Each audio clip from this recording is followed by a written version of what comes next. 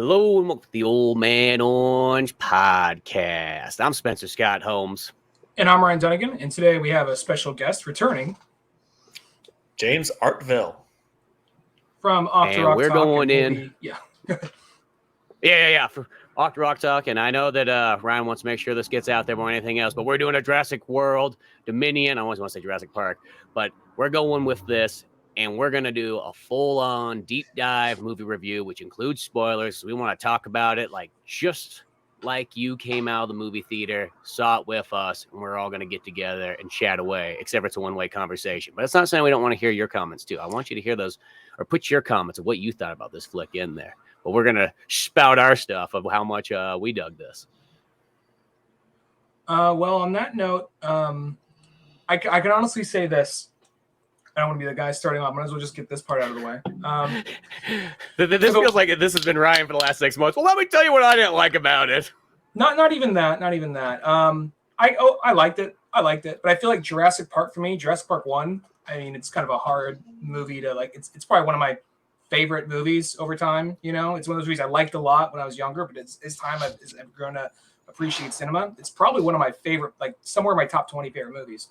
So as the other one's gone on, I like them in the order they basically the order they come out in is almost the way I like them. I feel like each one I like a little bit less until we get to Forbidden Kingdom. I think I like this one more than Forbidden Kingdom. But that said, I liked it. It was fun. But I guess the thing about Jurassic Park is I feel like it's the first one, as goofy as it fucking sounds, bringing dinosaurs back to life. It finds a way to be smart, as well as the book finds a way to be smart about it. And since then, I feel like people are comparing this to Fast and the Furious, and I feel like I'm starting to kind of see it. I'm kind of seeing it, but I'm going to shut up for a minute.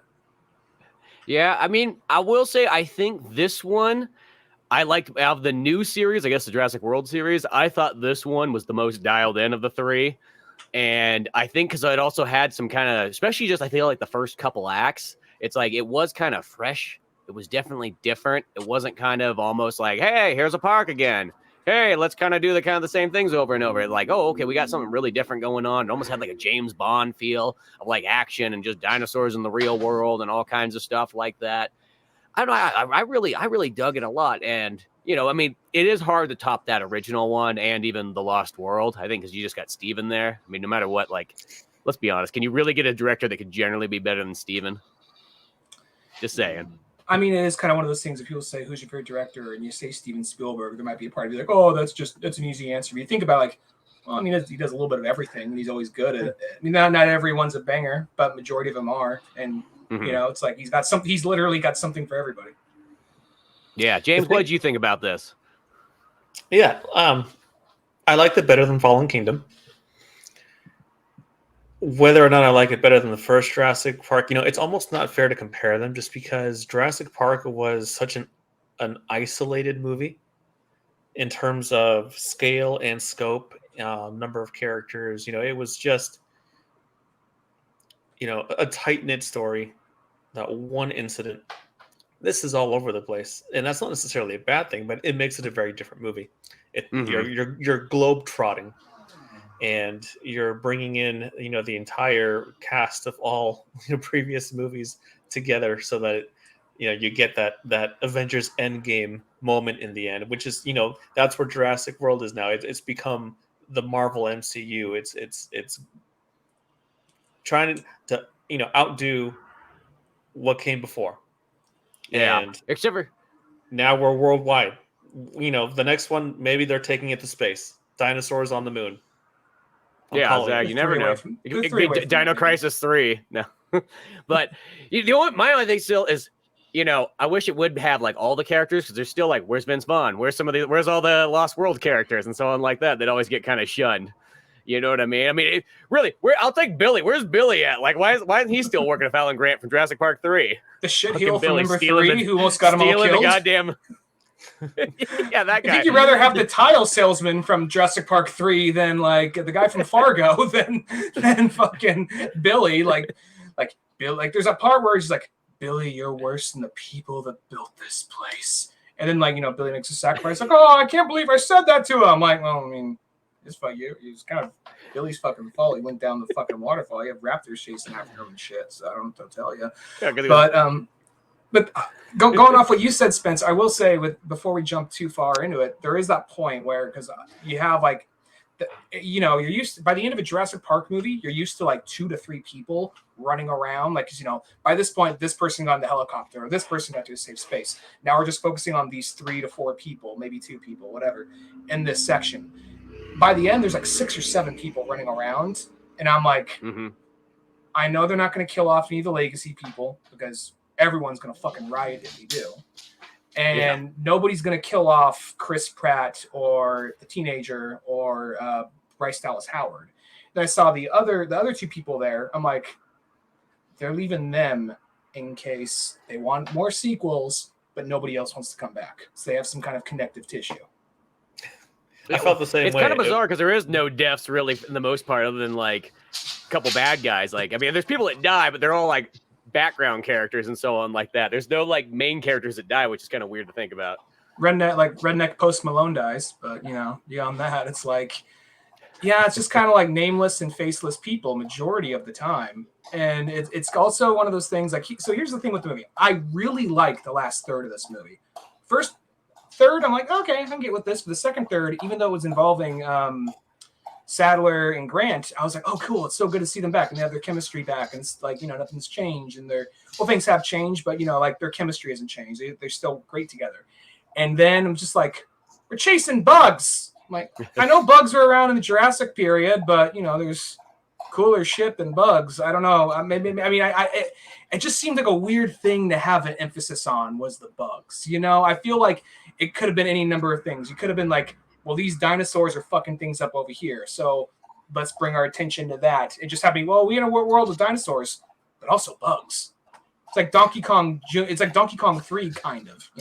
Yeah, I was having a hard time trying to reconcile the locusts too because they spend so much of the the villains, the bio serum, whatever. I don't remember. Biosyn. Yeah, thank you. Umbrella Corporation. Yeah.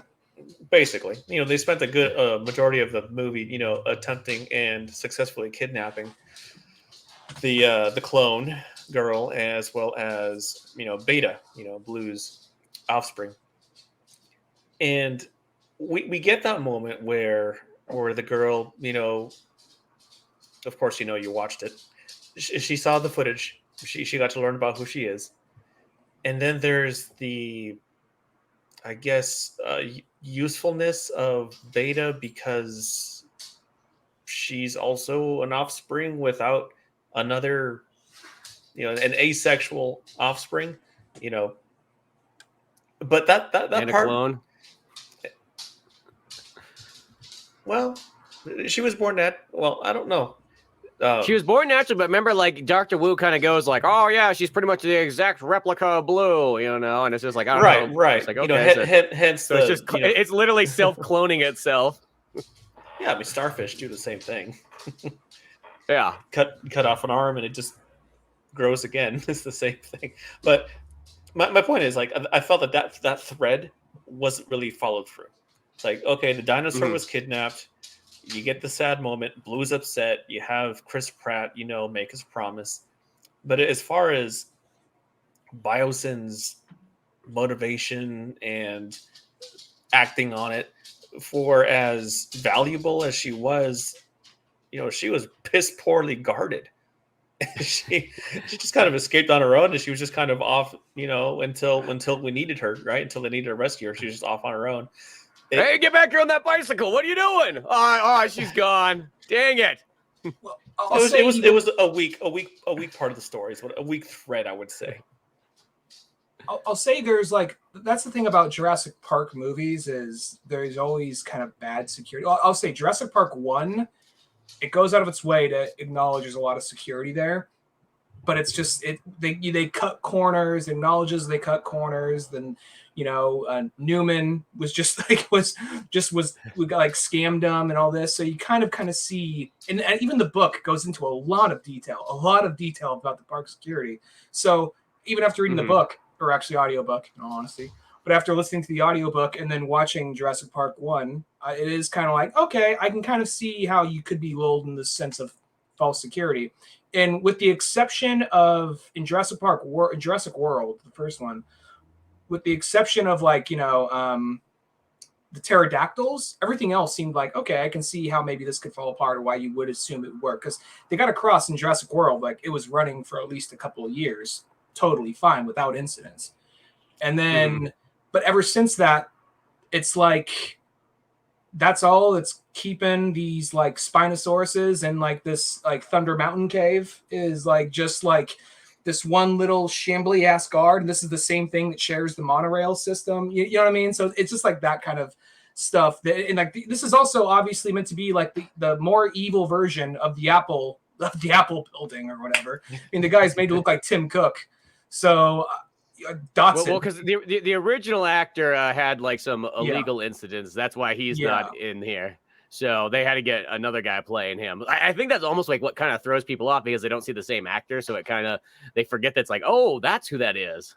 I honestly think majority of people don't know, or because I think people like there's people like us who, when they quote Jurassic Park, they're not just quoting like "Life Finds a Way" or anything. They're like, "Check the vending machines," or "I know my way around the kitchen," or "Dotson, we got Dotson here." A lot of people, I don't even think really give a shit about those kind of lines.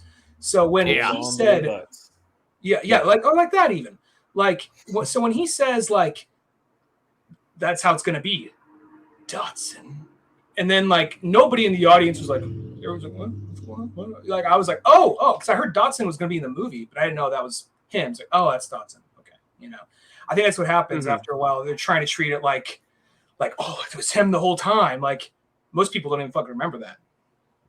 Yeah, well, I think it's that thing too. If you read the book, then Dodgson's a really big, deal there because he's got a lot more stuff kind of going on there. And I guess it's sort of for the average person, that's a quick scene in the first Jurassic Park and nobody thinks anything of it. They probably pictures like, hey, look they're in a Mexican restaurant. That's funny. Let's go there afterwards, honey. Like it's one of those kind of things. Just goes over their heads and so on like that. Maybe the Barbasol can's what they're paying attention to. Like, I really need a shave, I guess. That's probably but hinted a lot of people in the Barbasol can.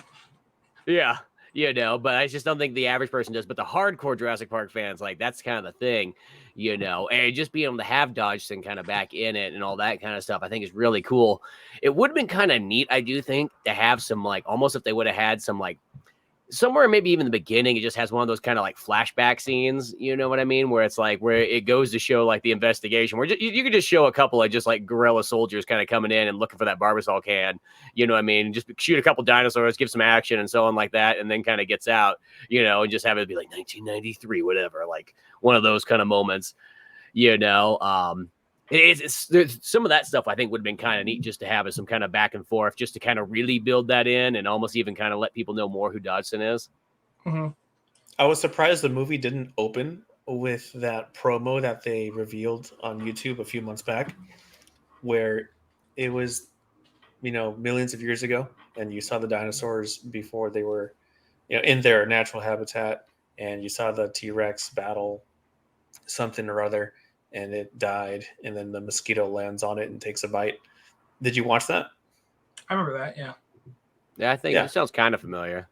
It was a promo that that they released on YouTube, the official Jurassic World channel, and it was supposed to be like the first 5 minutes of the movie, but I guess it was just promotional footage. It was really cool, really well done, and it was supposed to, just kind of like show, hey, this is what it was like before, acknowledging that, the dinosaurs have feathers. They have, fur, that they are, the raptors that we get are not really raptors.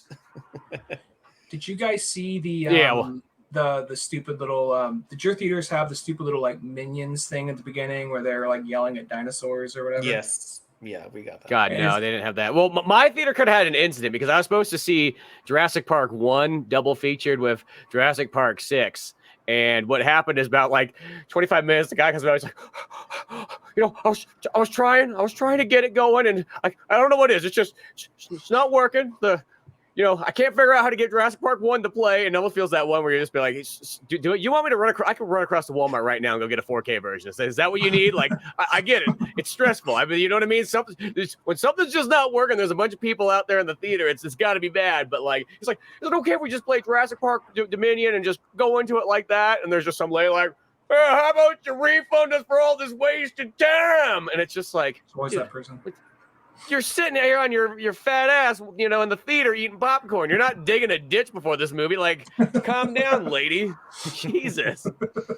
I guess they don't know. But the upside to it is it skipped all like the trailers. So I mean, in a good way, in a bad way too. It's sometimes you never know what's coming out new. But at least I didn't have to see that Minions thing. God forbid I have to see more Minions. It's a stupid little like. Aside from the fucking Minions 2 trailer, then they said like, you thought you were done with this shit. Well, guess what? Here's a little like 3-minute, maybe less than that, 3-minute short of Minions going yelling, and then like a dinosaur growling in their face is like Minions 2. We'll see you soon after this. And like, that's presumptuous. No.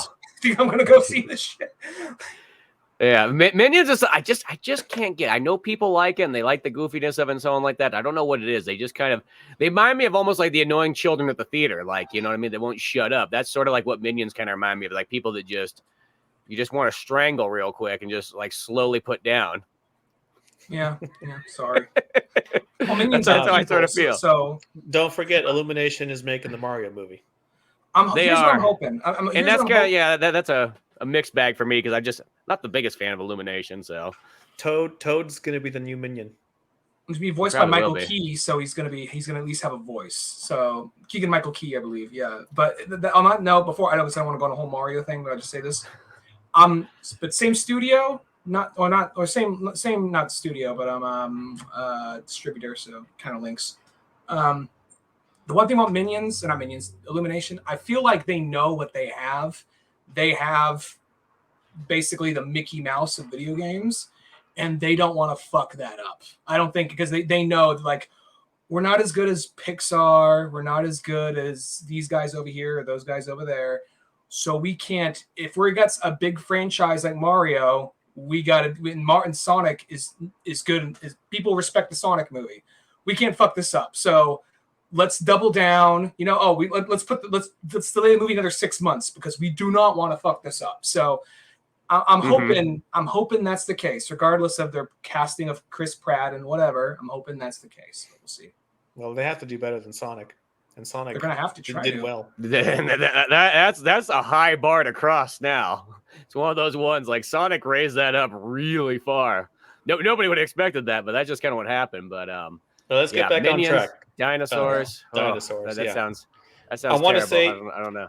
While watching this, my adrenaline was kicking. Like I was, my leg was bouncing. I was, just excited. But I didn't feel the sense of suspense and fear like the other Jurassic World movies, or particularly like even the first one. Like I wouldn't say that this was a scary entry in the series. It really wasn't. I didn't really that one point where that dinosaur pops up at Alan Grant when he's climbing up the ladder. I saw that coming, but I think anybody who's seen that movie. I saw it coming, but just like when Alan Grant screams, I don't know what it was. Like when he's like, bro. But I wasn't afraid for him because I knew he was going to live.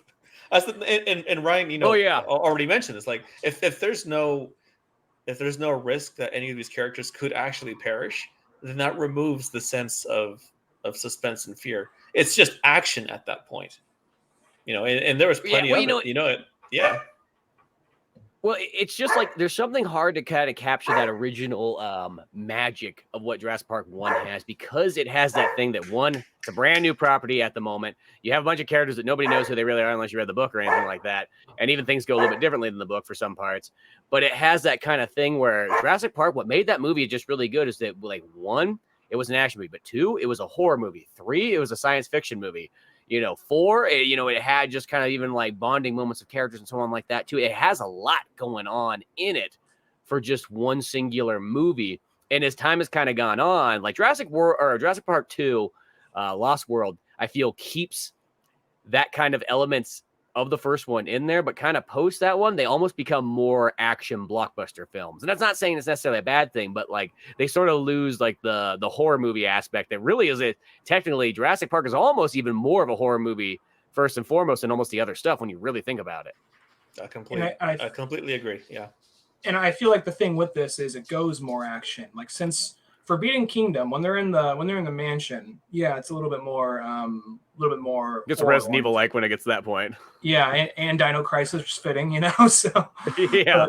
But then you get to this one, and I don't feel like maybe there was like a jump scare or two, but I don't feel like it really had that real kind of Jurassic Park suspense. Because the thing for me personally for Jurassic Park is I like those tense moments where you don't know entirely how they're going to get around this or how they're going to get away, and it's not about running and gunning and shooting. You can do that once in a while. There's that whole basically what seems like a scene out of a Fast and Furious movie or even a 007 movie where you have like the very like suave lady in the white flowy dress, like I'm going to need it in my account immediately, that kind of thing, and then there's like when they're in that fucking that underground like black market for dinosaurs. Does anybody else feel like you should have heard like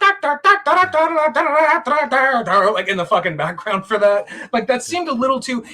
In a world where there's dinosaurs, there would be a black market for it, but I felt like it went kind of a little more cartoony than what Jurassic Park is. And I know there's enough of these movies now. There's now 6 of these movies, so it's in a Netflix series apparently, and a cartoon Netflix series. So by now it would have changed, of course. But I guess I'm not saying I just 90s and 90s only, but I guess I appreciate the more simplistic things about it. When some of those dinosaurs were set loose, people were way too casual about it. I'd be like, "Holy shit, run!" Yeah, like people gotta get up like, "Oh man, like I guess I just spilt my drink." Well, whatever. Only one way to get out of here. Let's get on the scooter. Yeah. Like the scooter death was amazing. How do you not see those 2 contours, in your peripheral vision? I mean, okay, granted, they're CGI. They probably just popped in, like a second before and then chomped them, but still. There was probably just like, oh, go ahead, sorry. Oh, I was just going to say, it's just that sort of thing that like, I think the thing that like, and this kind of happens just as any movie kind of progresses on, it gets almost more blockbuster, more like over the top, more action, whatever. But like, I think what also is another thing that makes kind of, especially Jurassic Park 1, always so interesting is because it is trying to, like, Michael Crichton's really trying to do that about as realistic as possible for 1989. Like, that's what he's doing. He's really trying to go like, this is the science of the time. This is what I've been reading about. Here's what it is. Like, we're really trying to go, this is what it kind of is. You know what I mean? And I think that's something that's kind of like, it's almost like that might be the other element that's sort of missing is once Michael Crichton passed away, you know what I mean? Like, what would these movies be like if Michael Crichton was still writing them? You know what I mean? Well, they went through a bunch of phases because we even covered one of the unmade Jurassic Park 4 scripts where they had the early concepts of training raptors. And I guess and the human hybrid dinosaurs. The draft we read didn't have that. There's apparently a draft after that with human dinosaurs, but that didn't get leaked, but the concept art did. We read the draft that there was the early concepts of, training dinosaurs and all that kind of stuff. And to be honest, the script was way more actiony and way more like over the top than this movie right here. So I'm glad they made Jurassic World instead of the one we originally read. Yeah.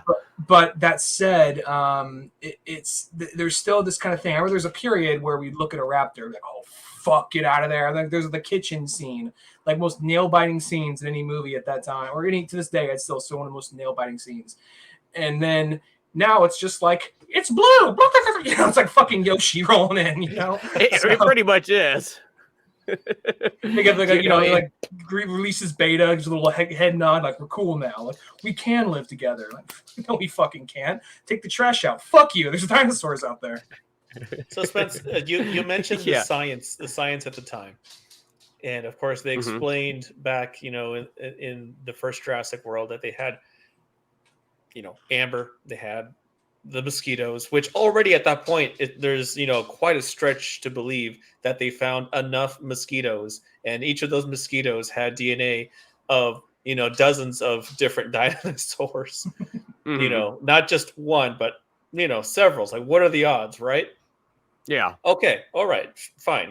We'll take it at, and then, due to deterioration of the DNA over the time, they had to replace, with, frog, lizard, amphibian, reptile, whatever, DNA to kind of fill in the gaps. Hence why these dinosaurs lack the fur and the feathers, which is fine. That's a good kind of retcon.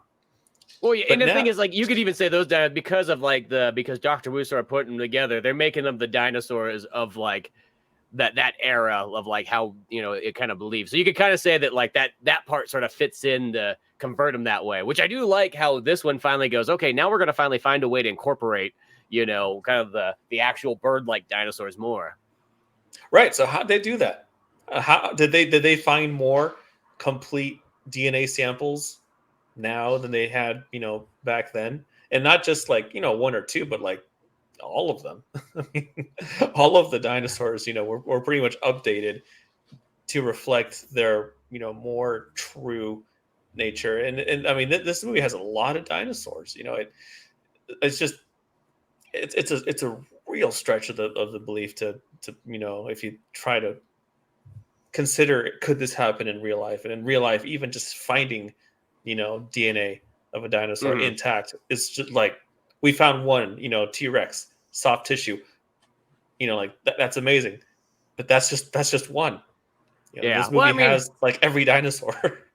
Yeah, well, I think that's sort of like that's a suspension of disbelief right there. That's just those kind of things like that. I like to say, like, this is how I look at it as like the movie's kind of going on. They've been, since this has become a big deal since 1993, technically since the 80s, from the initial part, but it's one of those ones that I like to think that in that time period, you know, there's been more digging, more research, more deep diving, and so on like that. Because obviously, if this is possible, people are going to put a lot more money and a lot more time into this kind of stuff. So Biosyn, I guess, once John Hammond passes away, and then Biosyn just literally takes over that kind of like section of it and just starts doing kind of a mixed match of like, you know, we're preserving dinosaurs, we're finding new dinosaurs, we're actually giving them a habitat, and we're kind of doing a little bit of shady stuff in the background. But you know what? That's how you pay the bills around here. You know, who else is going to be doing this? What?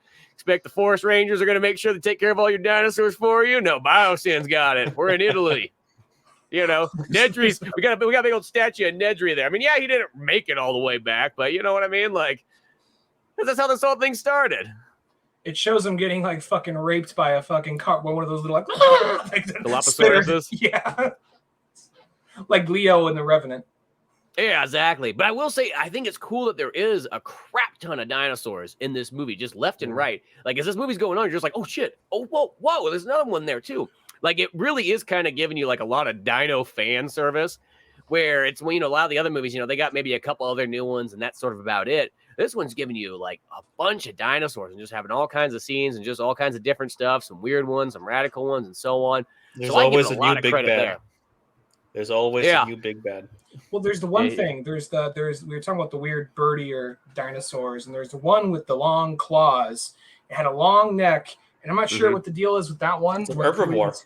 Yeah, because it was like maybe just territorial, because it saw the deer, it's like bitch, and smacks it. That's the thing. It's kind of a little slices its head off. Yeah, it just kind of walks by, just kind of like walking by, like, don't mind me, you know. And then it sees the other one, and just the thing was intimidating looking, but it was just like, oh yeah, we got some herbivores that still fuck shit up, you know. I guess it's just territorial or something. And just the part where like that thing and the T-Rex, and I think every Jurassic Park fan is like, oh, beat the T-Rex? Okay, all right. And then you're like, oh, the T-Rex still alive, you know. And they have that. There's always the shot of the eye opening up again, like, bitch, we're not done. And then like it just gets impales the Gigasaur, whatever it was, the big one, the giant, something impales that on that thing. Like, okay, all right, that was pretty badass. Did you? Yeah, it really gets like a Mortal Kombat fatality there at the end. Oh, Primal Rage, yeah. Did you catch that Easter egg where, as the T-Rex was, you know, crossing the logo, turning the the circular opening on the concrete, you know, design, and there he is, you know, profile view. Well, that's the thing. They always got the T-Rex in the first one. What about those two T-Rexes from Jurassic Park 2? That's why I always kind of wonder, where are they at? Well, the other island. Oh, nobody cares about them. Yeah. That I did notice. Nobody cares about them. Just like Ian Malcolm's 5 children. Part of me for a second was thinking the pilot, because I don't remember the name of the daughter from the from Lost World. Kelly. I remember her name. But I part of me was wondering, is that going to be Ian Malcolm's daughter? I was just expecting to tie back around with the pilot, but not the case. I kind of wonder that for a split second too, because, you know, Kelly was always, you know, wanted to play Sega Genesis more than she wanted to go hang out with Dad. And by that standard, that could lead you into the Air Force and being a pilot and all that stuff. That's where Sega takes you to places.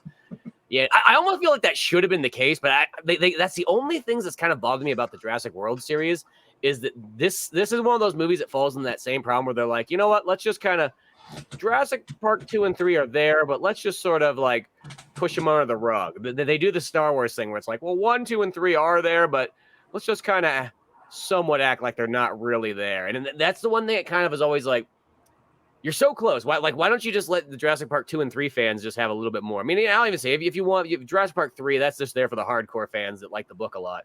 But I feel like 2 is the one where it's just like it's weird how 2 was a ginormous movie. Like people love the living daylights out of it. There was all kinds of things in there and so on like that. And it's weird how that movie, Steven Spielberg movie and all, has kind of been just kind of put down as like, they put it out like, it's just an okay one, where it's like, dude, 2 is better than all the 3 new ones you made. Like, let's just be honest. Like, you know what I mean? Like, I'm not saying I don't love the other Jurassic Park movies. I like all Jurassic Park stuff, but like, why is 2 getting flack? I agree with you, because that is like I said, up until Fallen Kingdom, I like him basically in the order they came out in. So 2 is my second favorite Jurassic Park movie. However, there are like a few kind of logic gaps. And I'm not saying it's perfect, but well, I just mean, okay, you're on an island with dinosaurs. You're on an island with dinosaurs. It's 3:00 in the morning. You're on a special militarized RV. Somebody's calling you. You're working on a dinosaur. The dinosaur's like, you're working on a fucking T-Rex, and someone's calling you. You're like, leave the phone alone. Help me with this. I'm like, it's a telemarketer. I just know it. Julianne Moore. Who the fuck is calling you right now? Who could that possibly be? And then there's also like, this part's more explained because it was more of just like a deleted scene kind of thing. But then there's the part where the boat crashes and like, oh, it looks like dinosaur got out, but it's still in the fucking cage. And you see there's a hand like attached to the wheel of the ship, to the steering wheel. But then it's like, oh, there's originally going to be raptors on there, but they edited that out. So there's a couple of like dumb little logic gap kind of things like that. But I mean, overall, it's still a really fun movie. It still has I would say, there's those small things there, but the overall picture is a really good movie. But it's so weird to kind of block that one kind of out. You know what I mean? I just feel like how hard would it be just to have, even if you just had like just a 5-minute like scene, but like, why don't you just have Vince Vaughn come back? Like, you know what I mean? Like Vince Vaughn's best role ever is Jurassic Park 2, and he never gets to get like that extra shine in here, though you keep making these movies. Do you recall like the pterodactyls when they escaped in the original Jurassic World, how they were all pretty much like starved to death, and they all like went after the humans, to eat them. And here in this movie, like they're just out living in the wilderness, and they seem like less of a threat to the open public than they were like in previously seen. I mean the dinosaurs. They got their fill, I guess. Oh, I mean, there's better. It's because they use. They use the mind control of how to control the dinosaurs where to go. They use like the Soviet Union like strategy of like, okay, we send a signal to their brain and it tells them to come home or to go out or to put the forest fire out. It's less to show up for a promotional tie-in at Carl's Jr. Well, I imagine the industrial parts are the more the city parts. I'm guessing they're probably swooping down and eating like squirrels and dogs. That's what I'm assuming. Yeah, maybe, but we clearly saw evidence that they could, easily take down humans or pick them up. Well, there's even the part in Jurassic World 1 when it grabs the one lady and it's trying to eat her, but it's like it's like a pelican trying to eat like a pigeon or something. Like it's just trying, but it's not working. But then it falls into the water, and then the big thing comes up, and they even showed the big thing. It's one of the best deaths ever, isn't that one?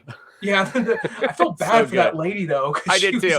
She tried so hard. She just gets shit on the entire time, and then she gets the most brutal death. The babysitter, I felt the same way. And then you have that thing that ate her, just kind of hanging out with whales. Like, what's up, Willie? But the mosasaur would totally eat those whales. Yeah, I was gonna say he's gonna eat those whales. I'm like, wait a second, like, no. They're like, I don't know why they show him like almost giving like a high five underwater, but it's like that's not slapping fins. Yeah, exactly. See, that was like, there's a bigger threat out there. I understand you, brother. We get it. You know what I mean? Like, except one of those Always the oil bigger tankers fish. comes by. The whale Yeah. was just like, I'm Wilsiak. That fisherman boat killed some of my friends. Like, I'm on it. Come on it. Yeah, exactly. I want that movie. Make that spin. Come over here, Deadliest Catch. We're gonna show you what's up. All I Make know that is that, Paramount like, Plus series. that little in the credits, there's literally, it says there's footage from Deadliest Catch, and that was the only thing I'm like, well, what footage? Like that you know, that footage that they sort of just had when a dinosaur came out of the water. Didn't air that episode for whatever reason. Yeah. No one's gonna want to watch this. No crabs were harmed in the making of this film. As long as the crabs are okay, we're good. No, Crabs aren't harmed until they get to the seafood restaurant. there you go. Yeah, we gotta pick them out. Like that one, I'm gonna boil that one. Yeah. That's true. They got to be fresh. Yeah, exactly. No, but I think that I guess because I've been hearing people rip this movie apart, and I think that it's not like a really amazing movie, but I think people are being a little harsh on it. I do think though it's not like you guys said earlier. And I wasn't trying to compare the first one. Like every movie should be as good as the first one. The first one's lightning in a bottle. It's hard to capture that again. However, I do think there are like things that because each one is a little different until Forbidden Kingdom. I think Forbidden Kingdom just seems like a retread of Lost World. Because if you think about the first one's the first one. Second one, rescue mission, and oh shit, it got to the real world first, to our world for a second. Third one, oh, we're trying to find a kid that was a dumb fucking tourist on this island. We got to get him out of there. Fourth one, okay, the park is fully open and fully operational. Fifth one's more or less just a big shinier version of the second movie. And then this one is its own thing, where it's a globe-trotting adventure kind of deal. Yeah, and I think that's what I like the most about the sixth movie, though, was because, like, I feel like the first two acts especially, I feel like by about the third act, it kind of starts retreading sort of just classic, you know, Jurassic Parkness. But I think that the first two acts, they felt like very fresh and very different for something, you know what I mean? It wasn't like it was doing the same thing or going to the same places. I felt like it had a lot of interesting stuff going on there, you know, just to change up the Jurassic Park formula. Because I'm kind of glad, because some of these movies, it's like, you know, Terminator is the best example of like getting stuck in like the loophole of like trying to do the same thing over and over, where it's the cat and mouse chase game. And it's like, no, it's like that doesn't have to be the storyline. You know what I mean? I know you associated it because Terminator 1 and 2 was that, but it could go anywhere. It could be a war movie. It could be all sorts of different stuff. And Jurassic Park sort of got stuck in the park idea, where it's just like, you know, I know it's in the title, but it doesn't have to be about the park. There's so much other stuff going on here. You know, I think this one starts off that way. It does sort of turn into a park one by the third act, but you know. I think by the end of this franchise and the progression of the story, you know, starting with, you know, bringing back the dinosaurs, editing their genetic makeup, you know, it's only natural that like in Fallen Kingdom, we got the introduction of basically implementing that technology with humans. Mm-hmm. And then, of course, we got to see, you know, more in-depth look at that. You know, that was one, you know, the big plot thread, you know, regarding what's her name? Amber something? Erica? I don't know. The little girl. Yeah. Child. And I think you know, it's only natural. Like if they were to, you know, make another movie, it would almost have it. I mean, yeah, we have dinosaurs there, but like that, the whole point of Dr. Wu was that using the dinosaur DNA and the cloning and the you know, asexual reproduction, being and applying that to humans. Now I think as you know, I'm not saying I want this, but like the dinosaur human hybrid idea is more feasible now than it would have been had that been Jurassic Park 4 at the time. Yeah, but now they've paved the road plot wise where that can happen. I don't think it will, and nobody wants it to, but just the idea of taking that technology and running it with humans. And so now you could basically, you know, create humans that are immune to disease, humans that are enhanced strength, and, you know, basically superhumans now at this point, you know, thanks to dinosaurs. And at that point, that's an entirely different movie. That's an entirely different franchise. You know, you can springboard off of Jurassic Park, and now you're you're in sci-fi territory. Mm-hmm. They just Yeah, I bring know. for a lot of money. They just like, hey, Daniel Day-Lewis, yeah, we know you're retired, but Hear me out. How badly do you want to play a dinosaur? Like, we can get you in a green suit, get some dots on your face. You know, be like, you want to escape from me, Alan Grant? Well, Give him an eye patch. Why not? You know what? Something else I'm going to actually say that this movie does really good too. That finally like gets away from like something that Jurassic Park's always got kind of stuck in.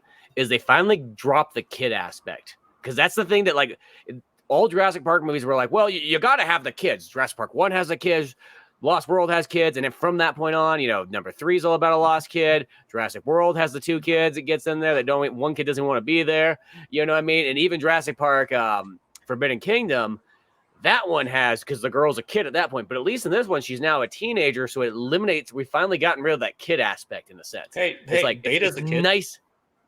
Well, Beta's a dinosaur child, but like, but you know what I mean? There's it's something nice about not having the kid thing there. That was something that I kind of thought. I was like, I'm glad that they don't have the kid thing in there, because it felt like that's the downfall of a movie. When a movie does good, they just feel like they need to always add those same elements in there, and that's not important. It's like no. You can do so many things here.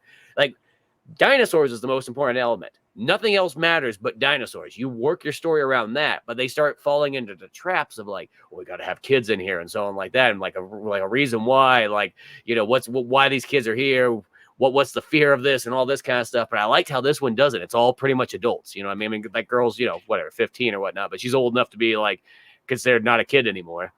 So what you're saying is that this is no longer a kid movie. I shouldn't bring my kids to watch it because they don't have a character that they can identify with. Someone to experience their point of view, right?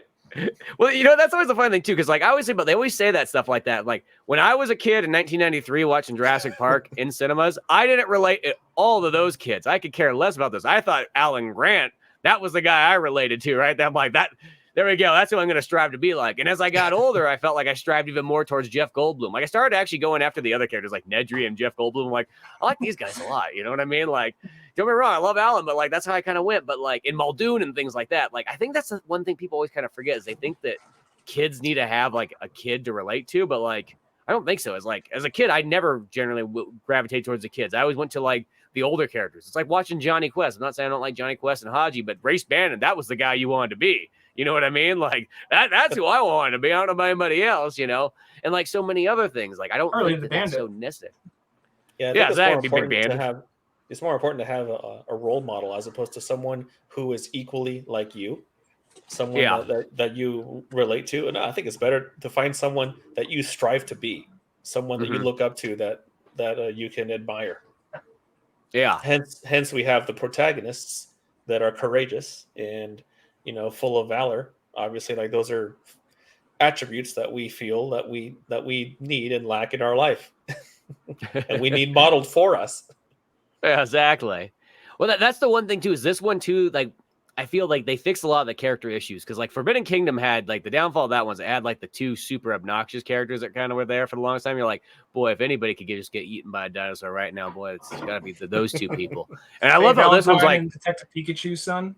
Yes, exactly. God, those people are, you know what I mean? Like, they don't ruin the movie, but they're borderline close to it. This one's nice. It's like no annoying characters, all good characters, no problems whatsoever. I feel like it definitely filters out some of those issues that kind of happened in the last 2 Jurassic World movies. And I think that's something that really brings forth something really strong in this movie. It's like all the characters are good. Doesn't matter if they're like the new characters, old characters, middle characters. They're all good, and you all kind of care about those ones. You know what I mean? There's not just people who are like, boy, I just can't wait till the dinosaur comes by and just brutally murders them. I want them to like hold on it. Like, don't cut away. Be like, this is going to be the one. It might push us into radar territory, but it's worth it. It's worth it. This is an odd question, but have you seen the Netflix movie Don't Look Up? No, I remember my parents really liked that for some reason, and then I just never watched it. Right, it had Leo in it. Yeah. Did you talk about the credit scene? No, well, I was mentioning just the parallels between the like you said, the Steve Jobs, you know, character, you know, the scientist who's probably on the spectrum, a little antisocial, but he's got lots of money. Anyways, I couldn't help but see him in this movie, that archetype. Something I But actually it just kind of feels like liked about this after movie that was- meeting in the Mexico or whatever, or in Costa Rica, like something happened to him, like there mentally, between the original Dodson and this one. Well, I feel like in this movie, it's like 30 years ago, so I guess it's like I didn't even realize that was him until he said his name, Dodson. I already knew I knew Dodson was going to be in it, but I didn't know that was who he was playing, or who he really was. But I feel like the way because in whatchamacallit, and Don't Look Up, the entrepreneur guy was made to be someone who was so kind of like full of himself and so socially awkward. He was in his own little bubble, and he never faced question from anybody. Where this guy, he was a little bit more of kind of like, it was an act. Because when he was alone, when he was like with other people, like, oh, hello, he's just a little kind of like all over the place. And then when he is fully aware of what's going on and calling shots and has this boss hat on, that's where he is a lot more strict and a lot more direct. I'm like, oh, no, they're all right. Tell you what, you're fired. Get the fuck out. All this kind of stuff, And then he was a lot more like, oh, the tram fucking ended right here and the fucking creepy ass tunnel thing. And I somehow knew it was going to be, I don't know what they're really called, but the Spitosauruses. I knew that. Thank you. Yeah. I knew those were what was going to do him in, just to make contrast with him in Newman. Yeah, I was just going to say it's poetry. It rhymes. Quoting George Lucas. Didn't he even have the Barbasol can with him when he was trying to get away? He did, because he's going through those things like when pretty much. I love how he's like, okay, you know what we need to do? I know the locust thing was a bad idea. Burn them, just burn them all. Okay, and then lights them on fire. It's like, oh yeah, by the way, they got an escape hatch right there. Why did you say anything about that? Well, they like to fly out every once in a while, get some fresh air and so on like that. Yeah, well, you should have told me that before we lit them all on fire. Now it's burning down my entire park. I almost thought that they were immune to the fire. I was like, shit. I was like, they last a long time. They've been flying around for like 10, 15 minutes. It's like raining, literally. Flying around like, fuck, just like bumping into everything, trying to put the fire out. Like, I thought those things were like, I honestly thought that was part of the plan. What the fuck's going on here? Oh, they escaped? Like, this has to be part of the plan. They're still on fire. No. It's not part of the plan, and they're just... So that's another one of those things. Like, a guy who made, like, his own little biodome in a snowy-ass area. He made a little jungle in there. No one was smart enough to make a stronger hatch or not to put, let's put metal instead of glass. Yeah, exactly. That part was like, I see what they were getting towards, and sometimes there's that thing where it's like, I know where you want to get to, but I feel like almost like if you got this locust hatch all prepared with flamethrowers built in and everything like that, you think that you also go, they're gonna freak out when the fire comes. Yeah, just saying. You know what I mean? Don't have the soft glass on top and whatnot. And but, you know that you genetically enhanced them for stamina. Yeah. And they're from Jurassic right? period. I mean, at this point, they're almost virtually indestructible. Almost. I mean, yeah, exactly. We have to genetically alter them so that we could kill them easier. There's one that was still alive. You enhance them to kill all mom and pop businesses. You know what I mean? Because that's really what it was. It was like, it was still alive, and it took a T-Rex to chomp it while it was still on fire. That's what had to kill it, a T-Rex. Yeah, exactly. What I do like is when the thing was all burning down, and Dodson's all like, "Oh man, I gotta take some stuff with me. Oh, I gotta take the Barbasol can. That brings back good memories." Right. You know what I mean? There's no eggs in there. It's like, yeah. I think it's more just like I think one, it's there just to remind people who just didn't catch up yet. But two, it's that sort of thing where it's just like, yeah, that's how we ripped off John Hammond good. That's right, son of a bitch. And maybe he's like, we had this dinner meeting in 1985, and he just pissed me off one time, so I just dedicated the rest of my life to just overthrowing him. I went Citizen Kane on him. I was going to say, went full on Orson Welles. All right. No, something exactly. that doesn't make sense to me. As expensive and time consuming technology to bring these dinosaurs, to life. let's put them all in one place and let nature take its course and have half of them get eaten by the other half. Yeah, just for the fun experiment of it all. Yeah.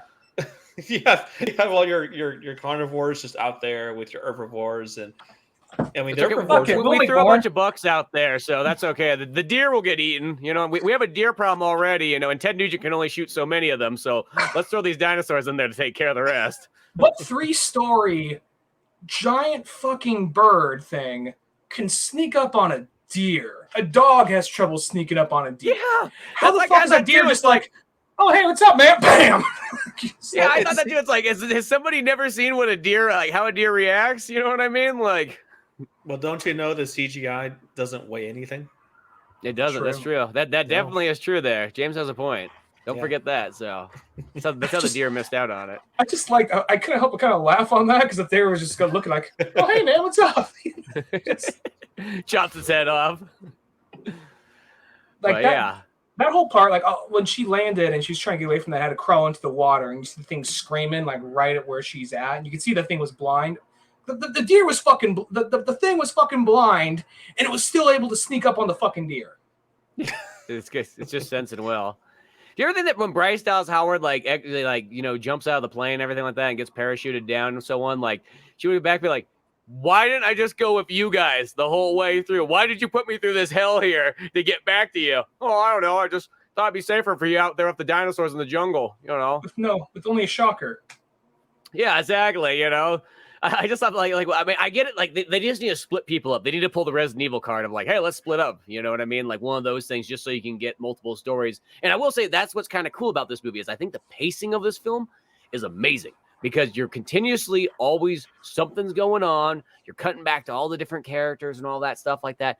There is all kinds of story. And they actually have a lot of story going on for one singular movie. Because, you know, a lot of times it's like, sometimes it's split up between almost like 5 different parties. You know what I mean? It's almost got almost like an Independence Day feel going on with like how many different things that are happening at once to kind of lead up to the end.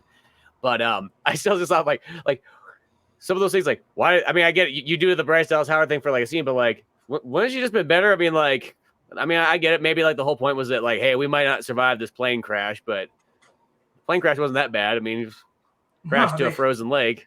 Yeah, they came out pretty unscathed. Yeah. Well, the whole thing with that dinosaur was that whole scene was a pretty good scene too. That gave me classic Jurassic Park vibes right there.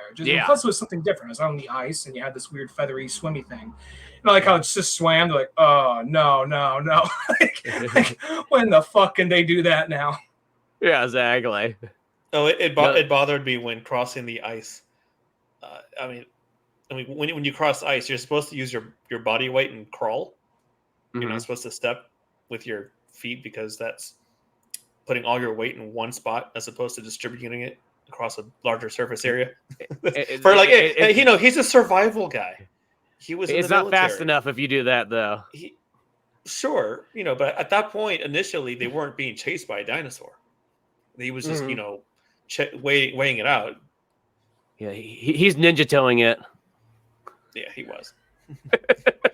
Well, most people do, but I'm just thinking back in my mind, like he should have known better. How far away are we from like the Scooby-Doo meets Jurassic Park? Like Soy Scoop, there's fucking velociraptors around here. Like, is it like one of those Scooby-Doo episodes where like they have all the guest stuff? Like yeah, you know what I mean? Like Scooby-Doo meets Adam West and Scooby-Doo meets Sam Neill. Yeah. Yeah. I think they tried doing that like at one point where they did like a modern day Scooby-Doo meets people kind of things. There's a whole I don't know who the heck it was. There's a Flash episode. Yeah, there's all kinds of stuff like that, but that'd almost be kind of a fun one. Just like Scooby-Doo kind of gets more involved in like movie characters and so on. I mean, they still have some of that stuff. Split off, it just gives me Scooby-Doo vibes. Like let's split up, gang. Like dinosaurs do. We're not trying to chase old man McMillan dressed up like a fucking ghost. Yeah, I'd like exactly. To see Scrappy go at it with Blue. So I just let me at him. Oh God! I'm just like flailing him around. Like that, and like even Scooby's like, no, let this happen. Let this play out. Yeah, one of those kind of things like that. But yeah, I don't know. It's just There is like some interesting things that kind of choices that kind of happen in it, but like I don't know. I mean, I still feel like the overall kind of like the way this whole story kind of goes and just the action that there is, I feel is kind of delivered pretty darn good. I mean, even that scene where they're in like when they're globetrotting and they're in Europe and whatnot, and they got like the Asian lady pretty much laser pointing the dinosaurs at them and so on like that. Like that part's pretty darn sweet. I did like that callback to the previous movie because I mean there was the one who was manufactured like that, and that was the big threat for the movie. Here you have like 5 or 6 of them. You know, same chasing after everybody. So, you know that's a good way to really up the ante. Like that scene, I enjoyed it. Like just the scene I enjoyed. It was just kind of like I said, it felt. I don't know. You got to mix it up. So I get why that scene's there and it was fun, but at the same time, I guess I was just like, I would take more of those suspenseful scenes out in the jungle. It don't even have to be in the jungle. I just think there's another movie where instead of trying to track down this evil corporation trying to stop bugs from eating wheat, we could have had something more simple. Eating mom and pop's wheat. Eating mom and pop Oklahoma's wheat. Yeah. Instead of that, we could have just done something to the effect of like, we could have done something to the effect of being like a, I don't know, there's like an outbreak of dinosaurs in this town and it's a task force and you still get those Jurassic Park-y moments. And maybe you don't, you know, you could focus on them trying to save a kid or not a kid or like a family as a raptor or something that's make its way through an apartment complex. Like, cause they make it acknowledge we share the world with dinosaurs now, but we only go to a couple places where dinosaurs are at. And most of the places we usually go to are usually like, oh, it's a secret facility or, oh, it's the dinosaur black market, you know? So it's not like we're seeing, they have those little short films they put on, like there's the one where like the drive-in movie theater and the trailer park. Mm-hmm.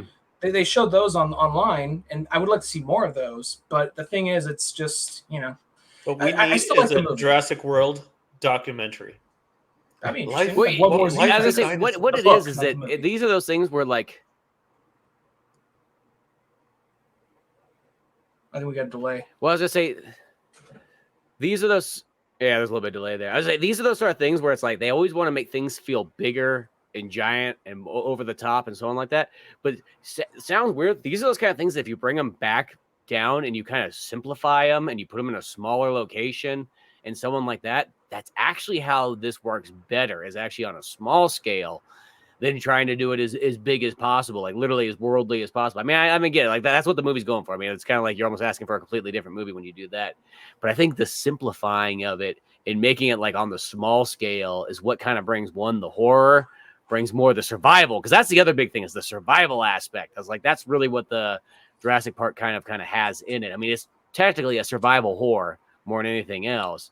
You know, but to pull it back down and take it from like the big scale stuff and just like the parks and all that stuff and being like, hey, here's like this like small group trying to survive against these dinosaurs that have now invaded their area. Like that's almost just an interesting story in itself.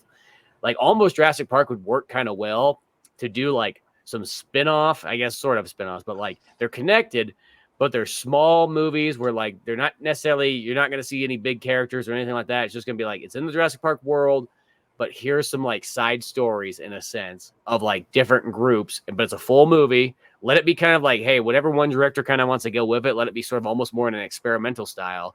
You know what I mean? It doesn't have to follow the same formula or anything like that. It just has to have dinosaurs is the key thing. You know what I mean? That would be kind of interesting. And going off just this movie, and I think that would be a good idea what you just said, Spence. Just because I did like this movie. It may sound like I didn't. I did like this movie, but I just liked it where I want to love it. That said, I do think that a lot of like legacy franchises have this problem of bringing back old actors or characters just for the sake to have them there. Where this is something where I feel like, regardless of some of my problems with like, you know, like I think the locust thing was kind of dumb. I think there's a million other things you could have done other than bugs. But that said, I thought that the classic, the legacy characters, they weren't there without reason. Like, because even like Forbidden Kingdom, like, okay, a little cameo to Jeff Goldblum. I guess he would be there saying, fuck the dinosaurs. We don't need the dinosaurs. Fuck them. We don't care. That makes sense for him to be there, but it's just a quick little scene. Where this, it made sense for everybody to be doing what they were doing and be there, like, and like they all had something to do. It wasn't just kind of like, hey, Alan Grant, like, I don't do that no more. we're sorry. Good luck to you guys. Like, oh, well, too bad he couldn't show up. And he shows up in a helicopter later for like 5 minutes. Like I think that they all did something, and they even kind of like elaborate on some of it. Because there's people, I've heard someone complain about the flare scene.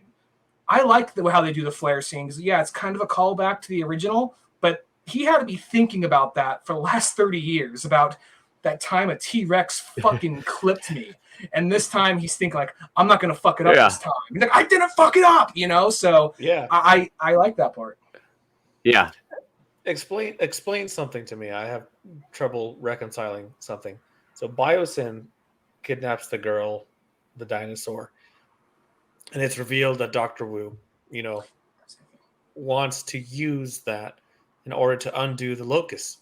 But he's doing that in secret. He's doing that, behind Dobson. So what is Dobson's agenda? Why does he want the girl and Beta? That was lost on me. Well, even just the Doctor, I will say the Dr. Wu kind of like redemption moment or something just sort of feels like it is kind of thrown in there just to have it, because it's like that's a character went from like, hey, here's this cool like scientist guy, whatever, he's just working here and whatnot, to being like, oh, now he's a crazy mad scientist. And now there's like even the scene at the very end, he's like standing there with like his like lunch pail, and so I'm like, I got nowhere else to go, guys. I know I did some things wrong, but just take me with you on the helicopter plane thing. I'll fix the locust thing. Jeff Goldblum's like, no, he can't come. He was supposed to die in the first book anyway. Why is he still here? Yeah. But if Jeff Goldblum's like, here, I'll solve this, just picks him up, just chucks him out the window, just be like, wow, I didn't expect the amount just like over his head, like that. Like Mario throwing a radish. Yeah. Just one of those ones. See, we solved the problem. You know what I mean? There it goes. If I would have done this in 1993, we would have never been here. I'd be living well. I could see my 5 kids, actually. Here's another quick thing, and I know but the thing is, he already explained it to her, so I thought it was kind of dumb they're kind of explaining it again. But in the videos, in the recordings, yeah. So you're working for an incredibly corrupt corporation with abuse of power, which they're spying on everybody. They're reading everybody's emails. That's what they're doing. What makes you think that he is not checking out his top scientist's like browser? It's just like, here, look at this thing I made in Adobe Pro, So yeah, I know the one guy's like, whoa, like you did. It's like you didn't see that coming. Like, let's be honest, the guy's literally there. But I don't know. There's some of those kind of things. There is some kind of like character turning moments that are just kind of quick and sudden. I mean, obviously, I'm sort of like when it comes to those new characters, the same thing as like the pilot lady, like. I almost generally I don't like the thing where I always call it like the cul-de-sac thing, where it feels like all the characters just seem to live on the same cul-de-sac and the entire like world is like everybody knows everybody. Like that stuff a lot of times is really annoying. That's like Star Wars, like the new ones and so on, where it's just like, dude, it's an entire galaxy. They don't all know each other. But this is one of the few times where I feel like that pilot lady, it would have made more sense if like they're like, oh yeah, they're going there. Like, oh well, my dad's there. If it was Kelly, like something like that. Because instead it's like one of those ones she's just like, yeah, whatever. Bryce Dallas Howard, yeah, get out of here. I mean, just like Americans fucking stupid. And it's like, also, it's like, oh, I'm looking for my daughter. Like, and it's all that like, oh, well, come this way. I'll give you a free flight. Like, I felt like, dude, I was someone's daughter once. You're like a smuggler, like bounty hunter. Like, yeah, right. Like, look where you're working at. Like, you obviously don't have feelings and things like that. I think that's just kind of like a quick turn. I'm not saying the character's necessarily bad, but I felt like if it would have been that one being like, wait, where are you going? You're going to Biosyn? Like, and be like, well, why? Well, why do you care so much? Don't worry about it. Like one of those kind of things. And it's like, oh, I need to go there to rescue my dad. Like almost want to like give her just a little bit more. Cause I will say that character is just sort of there to fly a plane. Let's be honest. Like at the end of the day, that's all that character is there for. I mean, there's another thing that character is there for, but realistically, it's just there to fly a plane. Like, you know what I mean? Like plane in, helicopter nobody seems to ask me. Yeah. Like it's one of those ones like, anybody else, I guess, if they knew how to fly a plane, could have replaced this one 2 seconds, but that's all she's sort of there for. If it was Kelly or you kind of gave it that, I felt like that would have gave a little bit more reason why she's doing all this for free and why she literally destroys her plant. Like she's doing all these things that literally would go against that type of smuggler character. You know what I mean? Those are the kind of characters that don't do anything unless there's money involved. It's like literally she's supposed to be like the Han Solo character. And but she sees a girl and then suddenly she's like the Grinch. Her heart just grew 2-3 sizes larger. Yeah. Well, but you know what? I don't believe that.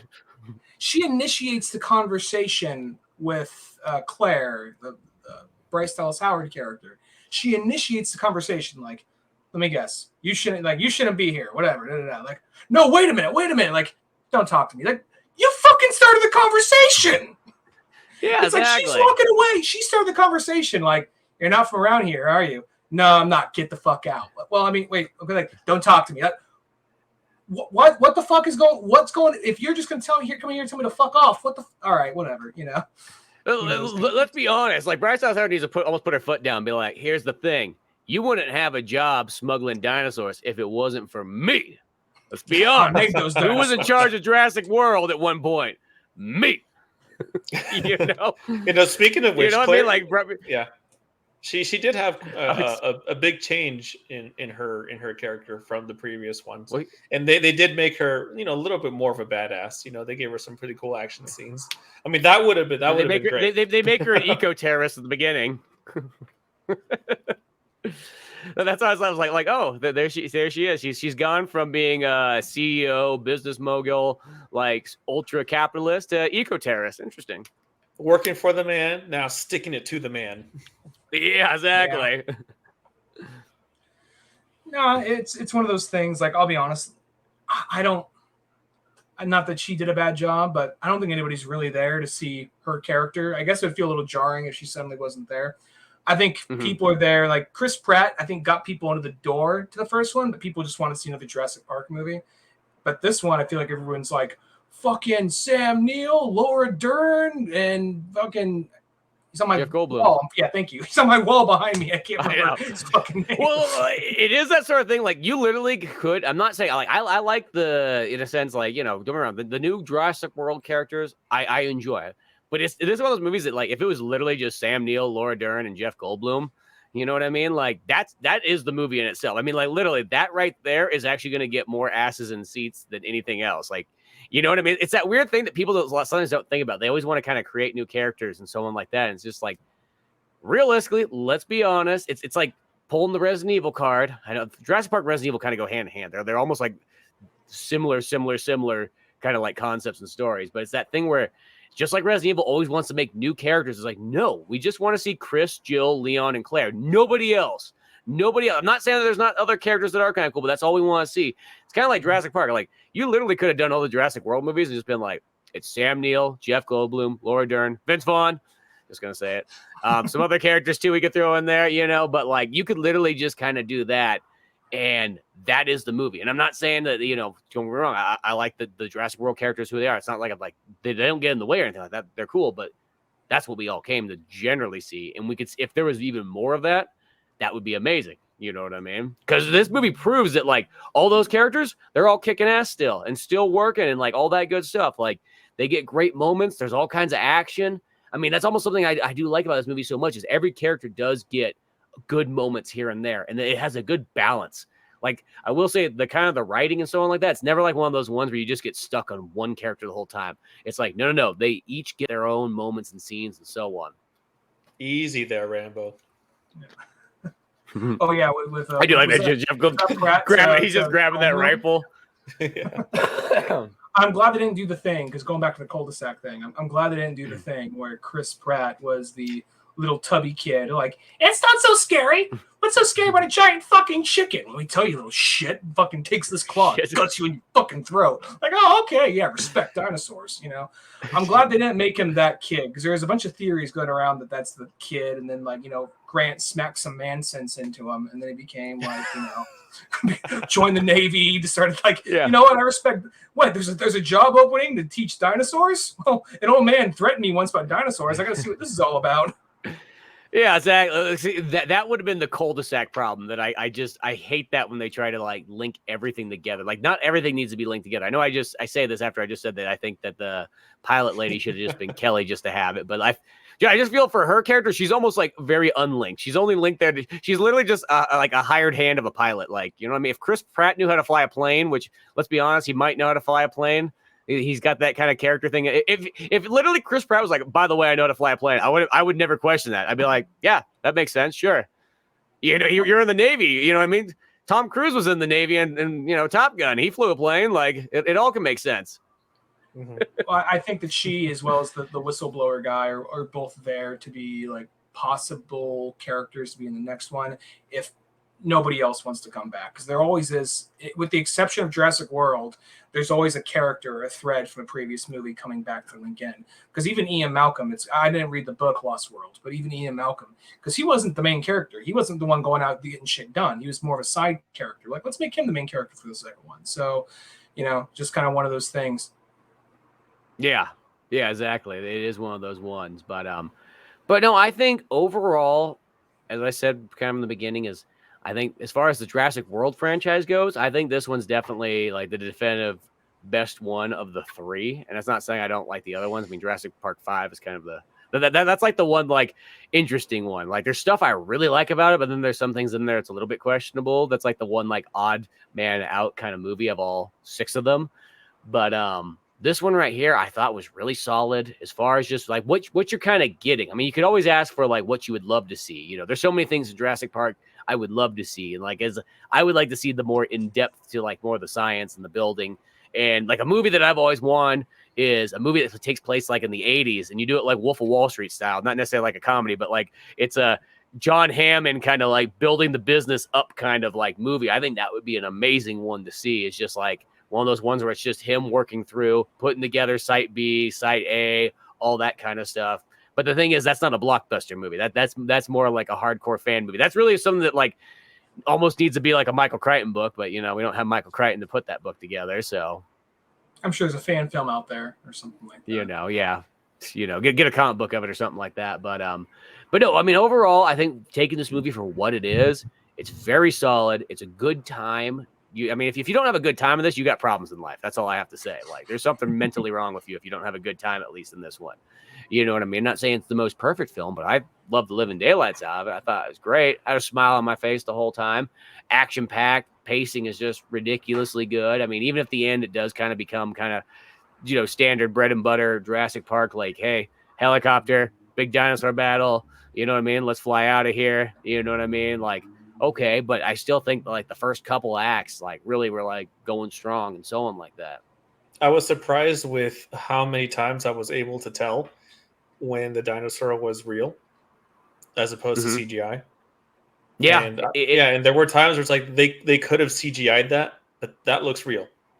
Mm-hmm. Yeah, they do use a lot of models, which I'm glad that that's kind of the case, because that's just the problem with modern movies in general. Is you watch a movie and it's like it can still be a good movie, but it looks like you're literally watching like a theater production. Like you almost can see like the stage walls and you see the backdrop that's there and everything like that. Like, okay, there's the actors and then everything else is phony and fake.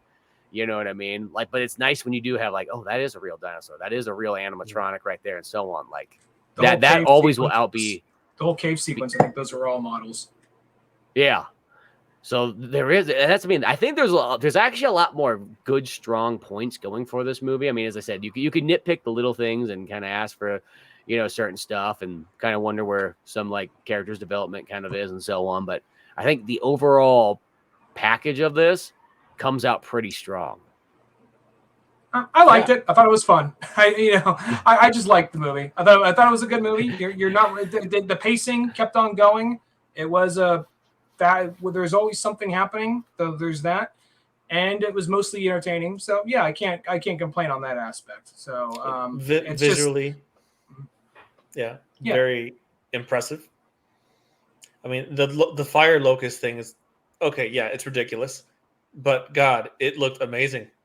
I mean, like it was pretty cool to see. Mm-hmm. Well, and I think that kind of set up though, where like the idea of like a big old forest fire kind of happening, and the dinosaurs kind of being in the way, and the kind of the chaos that ensues, like that's a cool setup concept. You know what I mean? Mm-hmm. Yeah.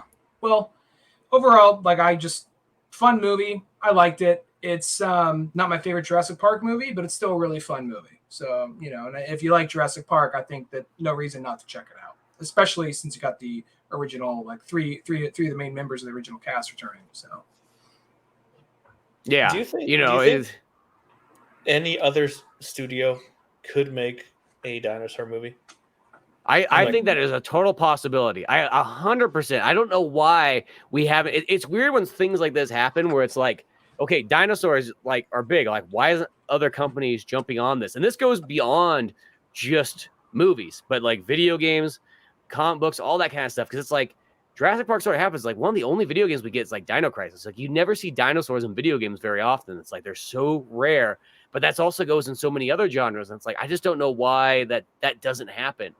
You know, would if say another movie or studio made a dinosaurs in modern day, everyone would just compare it. They'd be like, oh, it's a Jurassic Park ripoff.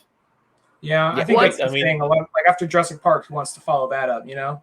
Yeah. I mean, I do kind of get that because I mean, like one of the only movies you can kind of get close to that is the King Kong remake. Like that's the closest thing that's kind of like, okay, you got a big old dinosaur versus Kong fight in there and so on like that. But I think the thing is the possibility there's a lot of stuff you can do with it. You just got to get kind of creative, and there's so many other kind of stories to be told. I mean, I know it is kind of like hard to do it, but it's the same problem that like when Pirates of the Caribbean came out, it's like, why was there no other pirate movies like at that time period? Like that feels like, even if you get kind of like, oh, it's just kind of like a Pirates of the Caribbean knockoff. I'm like, dude, for 100 years they made pirate movies. They only stopped making them like 30 years ago or 40 years ago, I guess by now. But like, it's one of those ones, like, it's not like you're ripping off Pirates of the Caribbean. Like, literally, pirate movies are so common. Like, but like, why is nobody else doing it? Like, obviously, the market loved the living daylights to have a pirate movie. Jump in on that. Who cares even if you get kind of told that you're like, oh, it's just kind of a Pirates of the Caribbean knockoff? That's not a bad thing. That could still make you a crap ton of money. You could still have another really good movie. Same thing with a dinosaur movie, too. Makes me wonder, they're making 2 more Pirates movies without Johnny Depp. So this is going to be the real test. If people are loving these movies because they love pirates, or is it because they love Jack Sparrow? Yeah, exactly. Right there. You know what I mean? If they put Last Orlando Bloom in it. Last one sucked ass, even with fucking Johnny Depp. So I don't know how they're gonna do this. Yeah, it's like one of those ones, but yeah, it's a weird one. Like I do think that there is a possibility to have all kinds of different dino stories, because the thing is like you could do all these other stories, you can do these other genres and so on that isn't in the blockbuster action category. You can go to the small area. You can do like the real horror stuff, because the one thing you could touch on all the things that Jurassic Park can't touch on because it is such a major motion picture. You do the rated R dinosaur movie where you actually get the really good violence in there and the carnage and like what these creatures sort of are. You take out kind of like that sort of like almost like, hey, the dinosaurs can kind of be our friends, and you keep it more like, no, this dinosaur is a predator and you got to fear it and everything like that. Like it's going to murder us all kind of aspect. Like there's so many things you can kind of do, but I don't know why that one's just one of those ones. I mean, granted, to make a dinosaur movie, it's one of those ones you can't really make it too cheap. You know what I mean? I mean, there's like Carnosaur, the other dinosaur movie of 1993, but, or like Tammy and the T-Rex, and you go in the cheap end there. But those are all fun movies. But I think if you want to make the super serious one, it does still take a good big budget kind of backing just to get those dinosaurs to look right. Yeah, that's probably why go ahead, James. Sorry. So that's probably why I like Godzilla movies so much. It's the next best thing. Big giant reptiles fighting each other and so on like that. See, and that's the thing is I feel like it's there, but it's weird that like, because you just think like there's other things where like a movie comes out and then everybody apes it for like 5 years, and some of them make good money, some of them do good and what have you. But it's weird how sometimes there'll be franchises like this that like, let's be honest, even if you made a dinosaur movie and it was kind of a knockoff of Jurassic Park, how many people do you think would still show up to see it anyways? I mean, like the money's there. Like they're going to come anyways. I mean, like it's not like you're going to lose money on it. Yeah, no, I think there's an opportunity for more dinosaur movies, and maybe hopefully whether they make another Jurassic World or Jurassic Park movie down the line, whether it be like 2 years or 10 years, maybe someone else will fill that hole with another dinosaur-esque movie or dinosaur-themed movie, whether it be a Jurassic Park ripoff or something all entirely, whether it's the extreme Dinosaurs Extreme, like the Street Shark ripoffs of whatever the fuck that thing was, but yeah, or you can do a time travel movie. There's a lot of things you can do, and usually I'd be up for talking about it long, but it's hot as fuck in this room, so I'm not gonna lie, I'm ready to get that. That is true. Yeah, it is a warm, super early summer day, but well, I know I feel like we've all said our final thoughts, but does anybody have any final thoughts? I think we're good. Yes, life finds a way. Right. Yeah. Life finds a way. So does the fucking air conditioning can't find a way in here though, unfortunately. No, it can't. Sure can't. But yeah, definitely go see this, especially if you like Jurassic Park. But if you just like good fun at the theaters kind of movies, like this one I think delivers. if you walk away not having a good time, you know what? You might as well just take yourself out back and shoot yourself in the head and get out of here because you don't this like movie's this fun movie, as fuck. blow your fucking brains out. Spencer Scott Holmes. I want them to put that on the back of the VHS one. Like, why not the 4K one? Well, let's be honest, they're not going to put it on the 4K copy, but on the VHS one, I might have a shot. When By the way, selling don't that. forget to subscribe and like. Yeah, exactly. So there you go. Subscribe, like, put some, leave a comment. Tell us what you think about Jurassic Park. You know what I mean? Like, how does this affect you? What did you think about? What fun did you find there? Do you like those flaming firefly locust things, or do you not like them?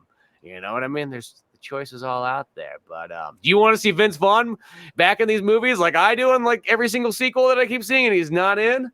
Well, there's things there. There's a link. There's a link in there for change.org. Spencer will be setting up in the to get Vince Vaughn back in these films. Yeah. He didn't die. He's not Eddie Carr or any of those ones. Come on, he's still around. He just leaves at one point, and then we just never see him again. But yeah, beyond all that good stuff, go to oldmanorange.com where you'll find more podcasts, comic books like Pizza Boys, old animations, all that good stuff there. You'll either find Octorok Talk on there. You'll find all VHS. There's all kinds of stuff on there. But other than that, James, where else can people find your artwork at? You can find me jamesartville.com. I'm also on YouTube, Instagram, DeviantArt, Facebook. All that good stuff. And then where you can always find Ryan at Dunigan Ryan, Twitter, as well as anything else Old Man Orange. Crit 5 it on Instagram. Oh yeah, that's right. Crit 5 there. Too.